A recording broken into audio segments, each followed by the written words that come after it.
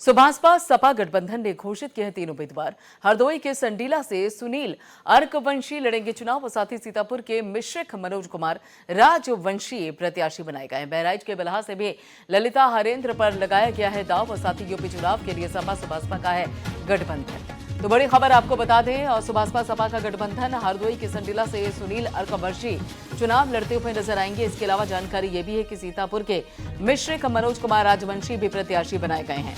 तो हम खबर आपको बता दें, बहराइच के बलहा से ललिता हरेंद्र पर दाव लगाया गया है और जानकारी ये है कि यूपी चुनाव के लिए सपा सुभाषपा का गठबंधन है और इसी गठबंधन के तहत जो प्रत्याशी हैं उनका चयन किया गया है, उनके नामों पर मोहर लगाई गई है और ऐसे में 3 उम्मीदवार घोषित कर दिए हैं। तो सुभाषपा सपा के गठबंधन से 3 उम्मीदवार घोषित किए गए हैं। हरदोई के संडीला से सुनील अर्कवंशी चुनाव लड़ते हुए नजर आएंगे। इसके अलावा आपको बता दें कि सुभाषपा सपा गठबंधन ने जो 3 प्रत्याशी घोषित किए हैं उसमें जानकारी ये भी है कि हरदोई के संडीला से सुनील अर्कवंशी चुनाव लड़ते हुए नजर आएंगे। और भी कई नाम हैं, यहाँ पे 2 और नाम सामने आए हैं और ये देखिए लिस्ट आपकी टेलीविजन स्क्रीन पर आ चुकी है। यहाँ पे वो 3 नाम आप देख सकते हैं, 3 विधानसभा सीटें देख सकते हैं जहां से सपा सुभाषपा के गठबंधन को लेकर बाकायदा प्रत्याशियों का ऐलान किया गया है। तो श्री सुनील अर्कवंशी का भी नाम है, मनोज कुमार राजवंशी का भी नाम है, साथ ही ललिता का भी नाम इसमें शामिल है। विधानसभा सीटों का भी जिक्र इसमें किया गया है और देखेंगे आप कि किस तरीके से किन नामों पर बाकायदा मोहर लगी है। सपा सुभाषपा गठबंधन से 3 उम्मीदवारों के नामों का ऐलान कर दिया गया है यूपी चुनाव के लिए। सपा सुभाषपा का गठबंधन और गठबंधन के तहत यहाँ पे 3 नाम सामने आए हैं, देख सकते हैं आप अपने टेलीविजन स्क्रीन पर। लिस्ट बाकायदा आपकी टेलीविजन स्क्रीन पर है और बहराइच से बाकायदा उम्मीदवार यहाँ पे चुना गया है, उसके नाम पर मोहर लगा दी गई है और मनोज कुमार राजवंशी सीतापुर से, साथ ही सुनील अर्कवंशी हरदोई से इनको उम्मीदवार बनाया गया है। तो सपा सुभाषपा का गठबंधन विधानसभा चुनाव उत्तर प्रदेश को लेकर पूरी तरीके से दावे ये हैं कि सपा सुभाषपा का जो गठबंधन है वो समाजवादी सरकार उत्तर प्रदेश में लाएगा और इस बाबत यहाँ पे 3 प्रत्याशियों के नाम पर भी मोहर लग गई है सपा सुभाषपा के गठबंधन के तहत। और ऐसे में श्रीमती ललिता हरेंद्र का नाम सामने आया है। बहराइच से विधानसभा चुनाव पर बताया जा रहा है कि ताल ठोकते हुए नजर आएंगे। और इसी बाबत आगे की जानकारी देने के लिए सीटेन न्यूज के ब्यूरो चीफ लखनऊ से शबी हैदर जी हमारे साथ जुड़ चुके हैं। शबी हैदर जी, यहाँ पे जिस नाम पर भरोसा किया गया है, जिन 3 नामों पर भरोसा किया गया है सपा सुभाषपा गठबंधन के जरिए, किस तरीके से आते हैं आप इन तीनों नामों को?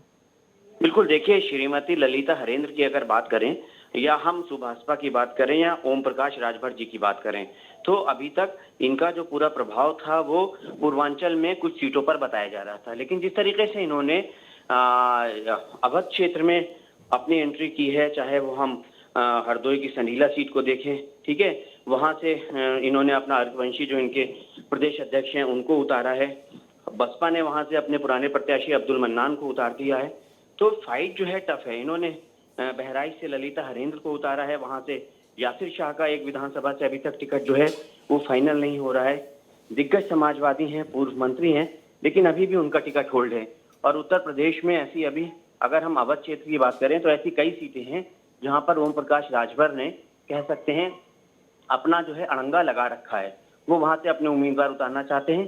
समाजवादी पार्टी की वो परंपरागत सीटें हैं, तो देखना यही होगा कि किस तरीके से इस दबाव को समाजवादी पार्टी आगे ले जाती है। बिल्कुल, और यहाँ पर ओम प्रकाश राजभर का सीधे सीधे जब आपने बाकायदा उनसे बातचीत की थी तो उन्होंने सीधे सीधे कहा था कि देखिए इस बार पूर्वांचल पर जो राज होगा समाजवादी पार्टी का होगा। गढ़ में तो खैर समाजवादी पार्टी की जीत होगी ही, लेकिन जिन सीटों पर कमल खिला 2017 में, उन सीटों पर इस बार साइकिल की रफ्तार तेज होने वाली है। लेकिन क्या जो जमीनी आकलन है उस मुताबिक उनके दावे बिल्कुल सटीक हैं क्या शबी हैदर जी?